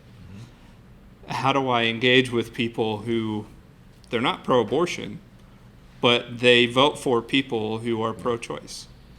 And the reasoning behind that is because, oh, well, statistically, if you look at George W. Bush, the number of abortions barely went down during the 8 years that he was in presidency.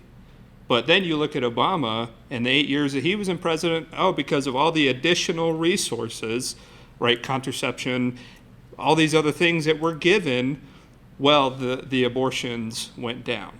I mean, ultimately, everybody agrees that, well, maybe not everybody, but I would say most people in this room say abortion is wrong, and they're not going to advocate for that. But how do we engage with the people who say, no, I agree with you, but I'm still going to vote for the people that are going to provide for the resources and therefore decrease the amount of abortions, because getting rid of abortion is just not plausible. Yeah. I will bet you that there were lots of slave owners in the South who believed that getting rid of slavery wasn't plausible either, and yet here we are. So let me kind of circle back and let's start with what I would call the mushy middle, the 60% of people who are in the mushy middle. They are the objects of persuasion because they are the ones who can tip the scales politically, right? And most people do not know anything about this issue. I know this because I did a survey of about 1,000 college students. It was a longitudinal study over many years, and I asked them a bunch of different questions about abortion. None of them thought they were taking a survey on abortion. They thought they were taking a survey on whether or not faculty members should be allowed to censor the speech topics that they speak about in class. So I knew that there were 2 topics that faculty members didn't want people to speak about. Legalization of marijuana was one of them. They were tired of it. And abortion was the other one. Well, why didn't they want people to speak about abortion? Well, it's overdone. People have already made up their mind, et cetera. So I thought, well, if it's overdone, then these students must know a lot about abortion. So I quizzed them and asked them. And what I found, of course, was they knew absolutely nothing about abortion. But the most chilling part was when I asked them, if a woman came to you with an unintended pregnancy, to what local organization would you refer her? Every single one of the institutions had a pregnancy resource center nearby. I'm going to get these stats maybe a little off, but it'll be pretty close. At the state universities where I did this survey, 57% of the students wrote in Planned Parenthood. Didn't bubble it in. It was an open-ended question. And then, so 57% said that, and then 37% said, I don't know. 95% of students didn't know or would send it to Planned Parenthood. I repeated this at a evangelical Christian university. Asked the same question, where would you refer her? Number one answer, I think at 52%, was, I don't know. Even though they had 7 fully licensed pregnancy help organizations nearby. Okay? Number 2 answer at 43% was Planned Parenthood. Right? So our people, they don't know. So the first thing I want to establish is there is gross ignorance in this country. When people tell you that they've heard about it and they've made up their mind, it's simply not true. Our pulpits are silent and our schools won't talk about it. And if we don't talk about it, who's going to defend the unborn? The answer is nobody. So we talk about politically, people come in and they say, well, I am personally pro-life, but politically pro-choice. Nobody ever would use that kind of rationale for any other issue, right? Because if you're personally pro-life, I would ask, why are you pro-life? Ask them, why are you pro-life? And if the answer is anything other than, because what's in a woman's body from the moment of conception is a whole, separate, distinct, living human being, and it's morally wrong to intentionally kill an innocent human being, then they're not pro-life for good reasons. Yeah. And if they do understand that reason, then I would say, why in the world would you vote for a candidate whose official party platform is not only the death of that child, but promoting more of the death of that child? Yeah. Now, people come at you with those statistics. Okay, there is a tactic in debate called alternative causality, right? It's also a logical response. People will say, oh, they gave all these resources to Planned Parenthood. Not at all. Let me tell you something else I know. When I first started working in this field, there were about 2,500 abortion facilities and about 700 pregnancy resource centers. Now, we are crowding 3,000 pregnancy resource centers, and the number of abortion facilities have gone down to 700. So that's one reason. Okay. Number 2, take a look at the research that's come out. The kids in this generation are scared to death of sex. They don't want to have sex. We have a lower rate of teen sexual activity. If you are a boomer, these kids are not interested remotely to the level that you were when you were a boomer. Because what have they had to live through?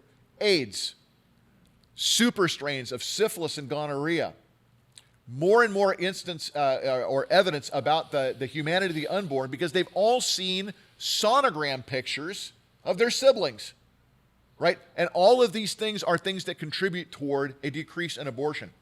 I'm telling you right now, if you read Rob and Marty's book, the abortion side of this issue, they put forward a bold front. I think a lot of them are scared to death. They think that their day is about up. And I'm telling you, if we'd be willing to push a little harder, I think we could achieve what we're looking for. I've always said I really believe that my kids' generation will be the generation that ends legalized abortion in America. But you know what? It doesn't have to be that. We could be that generation if we chose to. But we've got to be able to get the people off the fence. Yeah. In other words, identify and show them the logical inconsistency of their position and then challenge them. This is all I ask people to do. Live out your principles. If this is your real principle, vote for it, because if it's your principle, I'm assuming you hold it for a reason, right? And I'm assuming it's a good reason. Why in the world wouldn't you want other people to share a good reason and then vote accordingly? Yeah. Doesn't make any sense to me at all. Yeah. But this is kind of where we find ourselves. I hope I answered your question. Yeah, that's good. And by the way, I want to respond to it too and just say this. If you say, and I'm just going to be a little bit more blunt, so you can be the nice cop, I'll be the bad cop. If you say, I am a Democrat, but I am pro-life, I'm just going to tell you I don't believe you. And I was speaking with a guy who was the leader of pro-life evangelicals for Biden. And the reason that he wanted to vote for Biden was because of Trump's rhetoric. So there's only two options there. Either you don't understand abortion or you just don't understand who Biden is. There is no in between. So I think, I don't know that you say that in personal conversation. I don't believe you, but maybe you do, because I think we need to start pushing back against some of this stuff. You may think that you can be logically consistent and vote for Biden and be pro-life, but you can't. And I'll just go one step further and say evangelicals, don't let the Catholics school you on this issue. They've been doing it for about 50 years. Yeah. Can we actually stand up for what we really believe in and then be consistent? Okay, next By the way, question. can I just add one last thing? You don't have to say, I don't believe you. You can simply ask a question, right? This is what Greg Kokel talks about in his book, Tactics. Put a pebble in their shoe. Ask them, so you're pro-life? Why? And you'll find that as they describe why they're pro-life, they will be undermining their position in the other side of the issue. Yeah. Right? So let them talk themselves out of their own position. And if they can't, help them along. Yeah. A point on the previous question is, too, when we see that surgical abortions are declining in our country, that doesn't account for the chemical abortions, which we now believe make up 40% of all abortions happening in this country, and they are not reported. And so I think it's really easy to say, abortions are declining, but there are actually just abortions happening that no one is seeing and no one's hearing about. One of the things that I would like for you to address is we've talked about those that are victimized by abortion, those in the womb and the women. But there's the big elephant in the room, the men. And we want them to step up. We want them to be mighty men, to lead and protect their children and their families.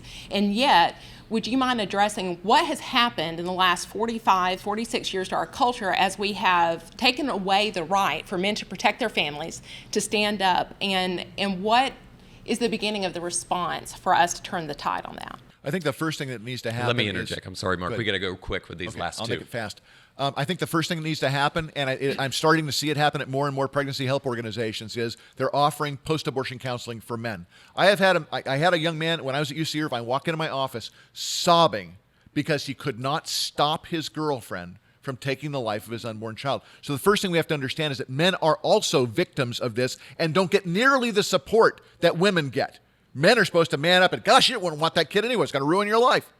They don't have the same level of emotional support. Men need that support. Secondly, we need to do a better job raising our men in our churches to understand not only the value of life, but the value of their body. Nancy Pearcey's got a great book out called Love Thy Body. I highly recommend you get it and read it. Anthony Eastland's got a great book out called Defending Marriage, 12 Reasons for Sanity. I recommend you get it and read it. And then we start training up our young men, because if our young men are doing the right thing, people have it backwards. They think women civilize men. If men will not pay attention to a worldly aspect of women that the world is trying to promote, women will change. I truly believe this, but we've got to start. It used to be, folks, that men were the hallmark of morality in a culture. I don't know where we got this idea. Yeah, actually I do. Nancy Pearcey's book, Total Truth, Chapter 12. It's worth the entire cost of the book. It talks about how we got to where we are today, and it doesn't have to be that way, and we can reverse it. Great. Yeah. All right, last question. Thank you, Mark, very much. I'm a mom of 7 and very much committed to the pro-life movement. However, I haven't been very actively involved in that. And now Planned Parenthood is literally breathing down our necks here in Chattanooga. Can you speak to some tangible ways and things that we could be doing as a community to push back and say, more than just say no, like what would you recommend that we physically be doing right now to make sure that we do not have Planned Parenthood in Great Chattanooga? question. One of the easiest ways to get rid of Planned Parenthood is to undermine their support. And one of the best ways to do that is to turn women away from Planned Parenthood. My friend Brian Westbrook runs an organization called Coalition for Life in Missouri. I would recommend you get a hold of him and ask about his strategies for making that happen. And they have literally closed down every Planned Parenthood facility in Missouri except for the one in St. Louis, and they are making inroads there as well. Secondly, I don't know how else to say this. If the church will not lead on this issue, we are lost. Did you get that? I'm going to put it right to the camera. If the church will not lead on this issue, we are lost. Because if the church can't, the church who in the first century was taking children off of trash heaps and adopting, right, the defective children of the Romans, adopting them into their own families, if we aren't willing to do that kind of same thing, I don't know that we deserve to bear the name of Christ. So our pulpits need to be ringing with the value of human life from the moment of conception to natural death. And Reed is correct. We shouldn't have Catholics schooling us on this. We should be right on board with them. They've been carrying the water for us on this issue forever. And some of got great Catholic friends in the pro-life movement. So our pulpits need to ring with it. We need to be unafraid to talk about this in every public forum. We need to place barriers for women. I'm not talking about standing out in front of Planned Parenthood with a bullhorn yelling at people or videotaping people walking in. You don't have to do that. Provide them with a winsome alternative. Research shows that most women walking into an abortion clinic are just looking for somebody to support them. They would rather have their baby, but they're getting all kinds of flack from their significant other, who, by the way, is telling her, if you don't have this abortion, I'm going to leave you. Guess what? He's going to leave her anyway, about 90% of the time, right? She needs support. We need to provide that support. We ought to be investing in maternity homes, so that when women find themselves in an untimely pregnancy and they get kicked out of their house, they've got a place to go and stay. Churches should be making that happen. My wife and I were host homes. I'd never ask you to do something I haven't done. My wife and I have been host homes to women. We had one 17-year-old girl live with us, and we couldn't understand why she was tired all the time. She's 17 years old. Parents, got to abort or you can't come home, so she came to live with us. You want to know why she was so tired? She had twins. When those twins were born, the whole family came back together, right? Baby changes everything, doesn't it? And it reconnected them to their family. So we need to be the ones leading the way and showing how we do this. Think about it. Planned Parenthood gets paid minimum $600-800 for an abortion. Our pregnancy help organizations, they provide all of the services to all of their clients for free. Now, can we all agree that we're not socialists here? You know it's not really free, right? So guess where the money's got to come from? You. You're watching this, the money needs to come from you. And so we need to create a messaging strategy in our churches, and we have to get our churches hooked up very tightly with pregnancy help organizations throughout America. Wherever your region is, you got to get to know these people and connect with them. We need to be using organizations like Embrace Grace, which helps to partner churches with pregnancy help organizations so that these young women have a place to get enfolded into the life of the church, right? I ask pastors sometimes, wouldn't it be great if every sin somebody committed had a corresponding physical manifestation? And they all go, gosh, yeah, that'd be great to make counseling a lot easier, until the light bulb goes on and they realize that that would include them. Suddenly they're not so keen on the idea. Folks, being pregnant is not a sin. Now, how you got pregnant might be, but my Bible, I don't got one of those really weird amplified Bibles that say, children, those who are conceived under impeccably social circumstances, are a gift from the Lord. Mine doesn't say that. It just says children are a gift from the Lord and a reward. That, by the way, can I see the hands of all the omniscient people in the room? Good call. Okay. People say, how in the world could that child be a gift to a 15-year-old girl? And my response is, I don't know, and neither do you. Yeah. But God declares that children are a gift from the Lord, and we don't know how exactly he's going to work that out. But if I got to choose, I'm going to choose to believe God, and that we're going to protect the lives of those unborn children, and we are going to come alongside their mothers, come alongside that child's father, and we're going to help them, if at all possible, to create intact families, and we're going to nurture them and support them, because we are in league with the author of life. Yeah, so good. Well, yeah. Thank you, audience, for being here. And would you give it up for Marc Newman one more time? Thank you for joining us, Marc. Thank you so much for tuning in to this episode of Indie Thinker Live. We look forward to doing many, many more in the future. But bye-bye for now. See you next time. Our thanks again to our guests for being on the show today. Indie Thinker with Reed Uberman was brought to you by our sponsors. If you like what you heard today, please do us a big favor and give it a 5-star review and like it and share it with friends.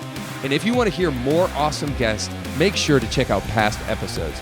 Indie Thinker is a nonprofit paid for by our sponsors and the generous gifts of people like you.